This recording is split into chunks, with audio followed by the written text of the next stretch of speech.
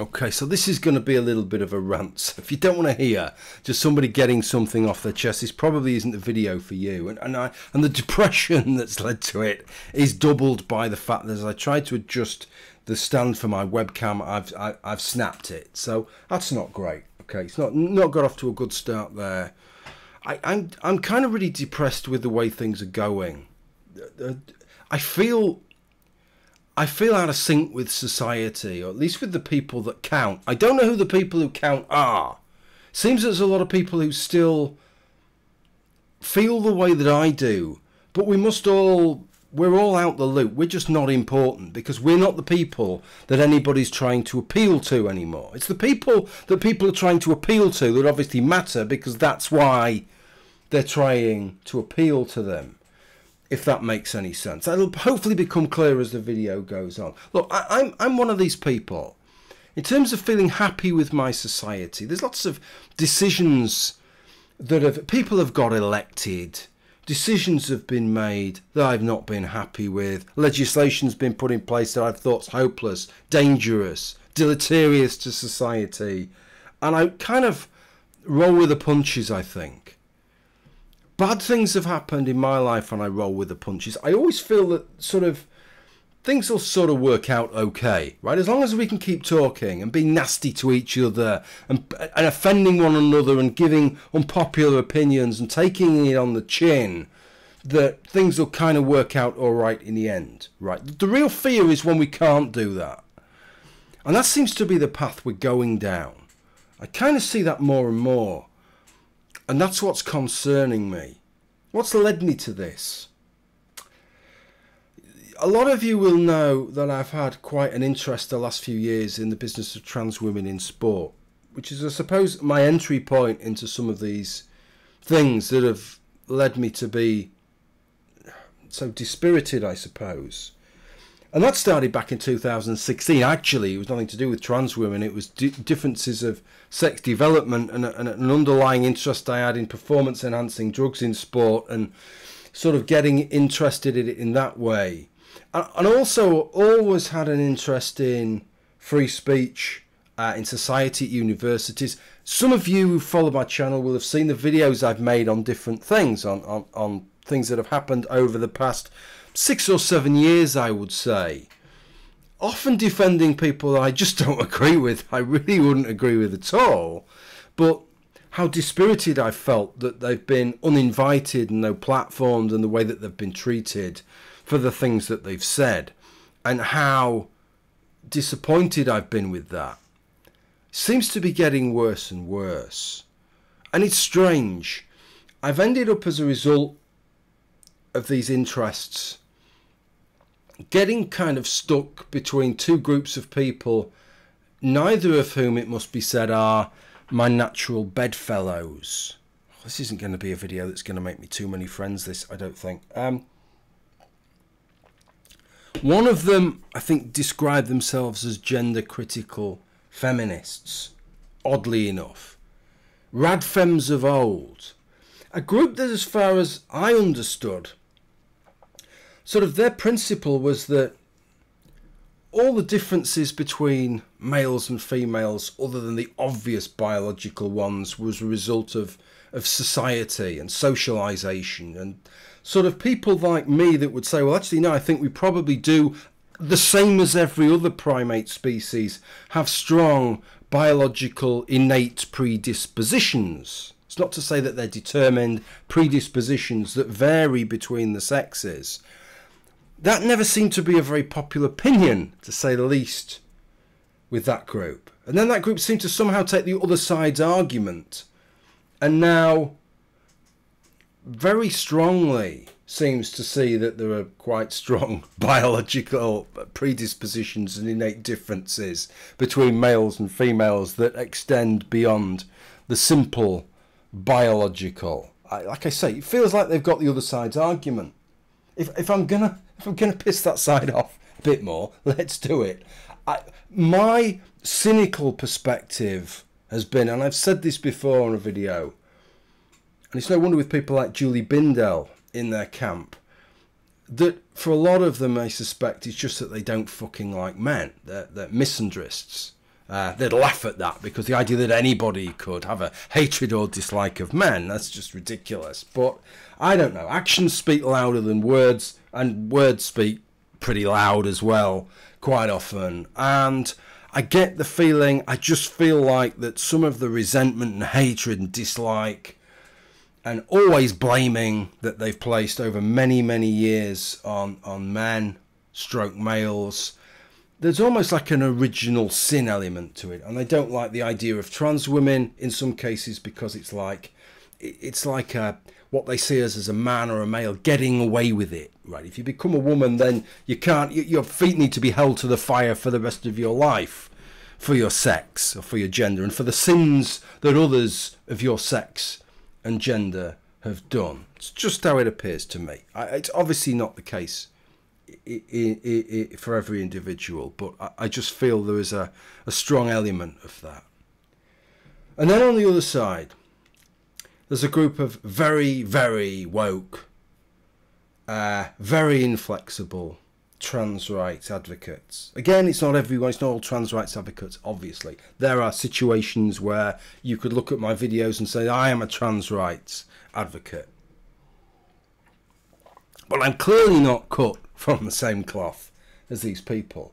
They are incredibly inflexible, incredibly hyperbolic.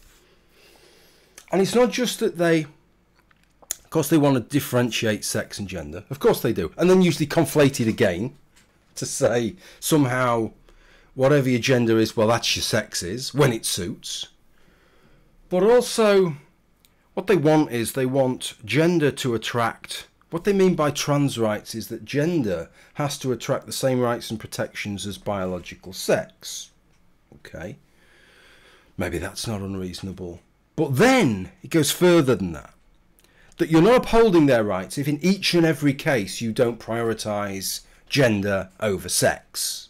Whenever they're in conflict, whenever anything's in conflict with gender, you need to pick gender, otherwise you're a transphobe. Even when, take something like sport, for example, where clearly biological sex is 100 times more relevant than gender, it still doesn't matter. You've still got to go with gender, otherwise you're erasing their rights.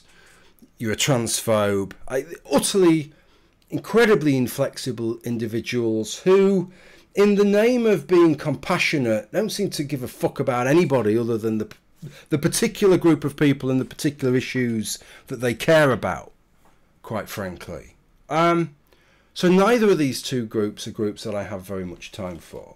But that doesn't matter. As far as I'm concerned, that's great. The thing I've always enjoyed is that you can be surrounded in society by people that you don't agree with, whose views you don't like, who in many cases you suspect really don't like you very much and will sometimes tell you to your face, as some of these people have done with me, and that's okay. Right. They'll tell you the things you stand for I don't like, I don't agree with, and that's okay. I like that. Let's have the discussion. Let's have the argument. Let's maybe even have a little bit of the vitriol. But watching these two sides, this is the depressing thing. Watching these two sides interact, it's really, really depressing. It's depressing how little of the discussion is on issues of substance and how much of it is soundbite and sort of Orwellian repetition of certain phrases. Just keep repeating the phrase. Just keep repeating the same thing. Just keep banging on the same point. I've had discussions with them on both sides where you can write 4 or 5 tweets outlining a position and you just get a couple of lines back. There was the same thing as they said last time. Nothing's changed. Nothing's added. Nothing's taken away. There's no indication that really anything that you've said is being responded to. It's just the same Orwellian style phrase repeated again and again. And they all make the same kinds of arguments. It's all the same. It's like a modern interview. If you go to a modern interview now for a lot of jobs or promotions within jobs, there's certain keywords. You need to include the keywords. It's all bullshit. It's not what you've done. It's that you've included the right words. It's like the assessment must be set up to be done by morons who can't parse different ways of phrasing things, that unless you've chosen these particular words, you can't get the job. And it's all the same words being used now. Of course, offence is one of them. Everybody's offended. Everybody's erased their identities. Women are being erased. Trans people, you're trying to erase trans people or trying to erase women. You're invalidating the lives of women. You're invalidating trans people. You're removing people's rights, stripping them of their rights, stripping them of their identities, stripping them of the right to exist, for crying out loud. It's such horseshit. Misogyny with these two groups. Everything's misogyny. Of course it's misogyny. Trans women are women, so if you don't treat trans women, blah, blah, blah, then that's misogyny. But of course it's from the gender critical side, it's misogyny because it's not listening to women, and it's people who are men trying to get into women's spaces, so that's misogyny. From both sides. Now, I'm not trying to suggest this side's right and this side's wrong. What I'm suggesting, the bit that really depresses me, is the power of these terms and the fact that there are people who obviously are turned on by these terms. I mean in an intellectual sense, who it triggers the right response in them because people keep using them. Another example is unsafe. This is the latest one. Reading about David Miller, of course, it's I think at Bristol University, and I've got the statement here, a couple of statements, which just sums this up. I'd heard the first one beforehand, which was this idea: this sends a clear message to any academics who use their positions. This is from the Board of Deputies, Jewish Board of Deputies. Use their positions as respectable institutions in order to spread conspiracy theories and make Jewish students feel unsafe. Can you imagine 10 years back, did you ever hear this about students? If somebody has an opinion that's abhorrent to them, that they feel unsafe, they're unsafe on campus, the campus isn't a safe fucking space anymore. You never heard this, did you? It's all you hear now. In response, David Miller was sacked. This was David Miller's response. Israel's assets in the UK have been emboldened by the university collaborating with them to shut down teaching about Islamophobia. The University of Bristol is no longer safe for Muslim, Arab or Palestinian students. What a load of horse shit. Is the University of Bristol really not safe for Muslim students because David Miller has been sacked? You know, of course it is. Nothing's fucking changed. Really, has it? The only thing that makes people feel unsafe is these wankers on both sides on these issues standing around shouting and making demands at people, making people feel unsafe. The ones that are so bothered about feeling unsafe are the ones that make other people feel unsafe, bizarrely. And I don't know if you've noticed the progression. There's always been these issues, there's always been these disagreements. And those Jewish students and maybe some of the Muslims would have been angry, they'd have been offended. Of course they would have been, of course. You only need to read about this case to see why people would be angry and offended. And then the offence thing was played more and more and more, wasn't it? At first he was just angry and wound up, then it became offence. You've offended somebody. It went from people being offended to, well, you've offended somebody, so you need to stop. Of course we're all on board, aren't we? All of us, we're all on board with free speech, but you've offended somebody. And so maybe you shouldn't say it. Whether it's true or not, whether you believe it or not, maybe you shouldn't say it. But we've moved even beyond that now, it would seem. Now we've gone beyond the offence, and now it's about feeling unsafe. Why? It must be because it triggers a stronger reaction in people. And people are... What concerns me is that people buy this shit. Right. I've got to say, I don't. When I hear these words, all these different terms...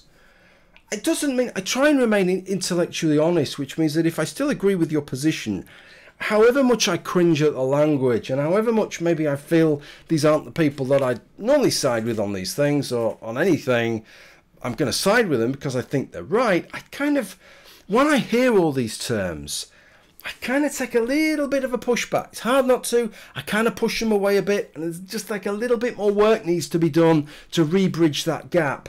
These words don't work for me. They all turn me off. They all sound like bullshit. It's like somebody's trying to get a bit of leverage over me, a bit of intellectual leverage, rather than making an argument. They're trying to be a little bit sort of psychologically coercive, I think. And does it work? Of course it works. Because if it didn't work, they wouldn't do it. It's like footballers diving and rolling about and people moaning about it. The fact is that there's kind of an evolutionary process going on there. They do it because it works, right? They found out over season after season that if you do it, occasionally you might get a yellow card for simulation. But generally, you'll get more out of it than you'll lose.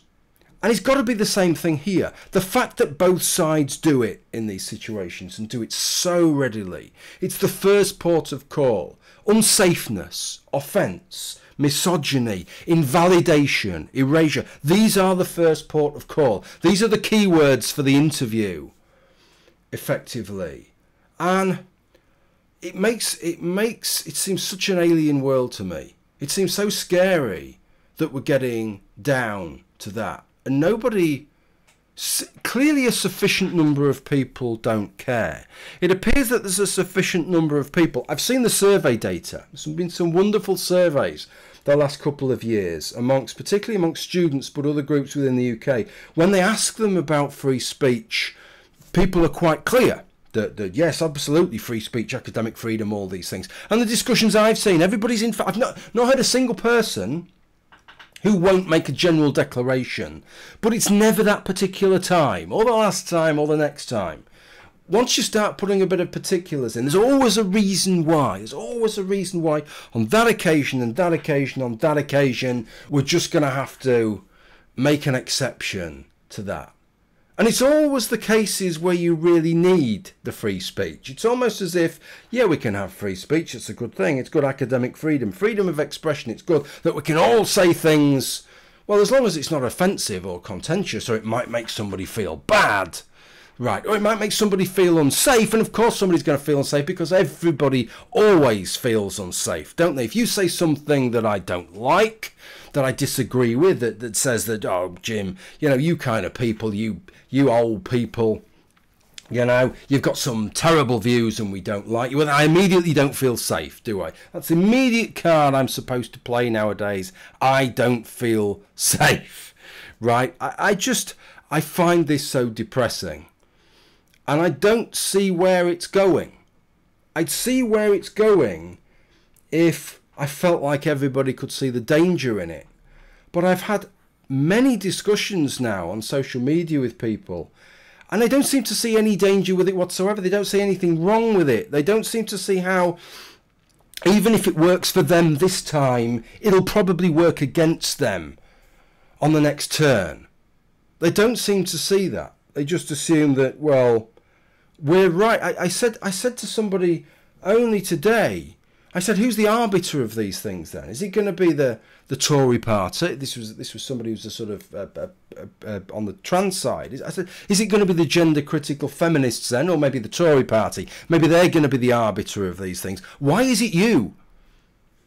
And their response was, but what if we are right on these things? And it's just like, is it, that's not the point. Maybe you are, but maybe next time you won't be.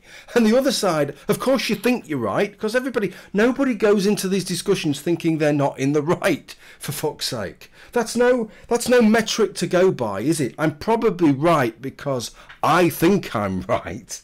So I don't really have to demonstrate it. I don't have to have the argument because I think I'm right, so I probably am. So what could possibly go wrong with trying to create a scenario where we coerce no discussion, where we try and win the argument without having the discussion, because we trash all the other side's pieces, we push them away off the table so that only our pieces are left. What could possibly go wrong with that? Okay, I honestly, I'm worried by this. I am really worried about this. I like to think that there's enough people who don't feel like that to stop it happening. Maybe there's enough people, but they can't be the people that count, because if there were enough people and they counted, then surely these people would be appealing to those people rather than coming out with all this tripe. That doesn't appeal to people like me, and probably like you if you watch these videos. It turns us off.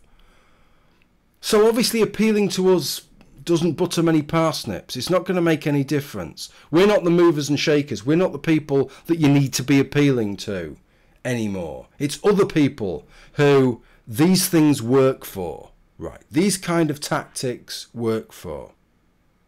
Okay. That's it. Thanks for watching.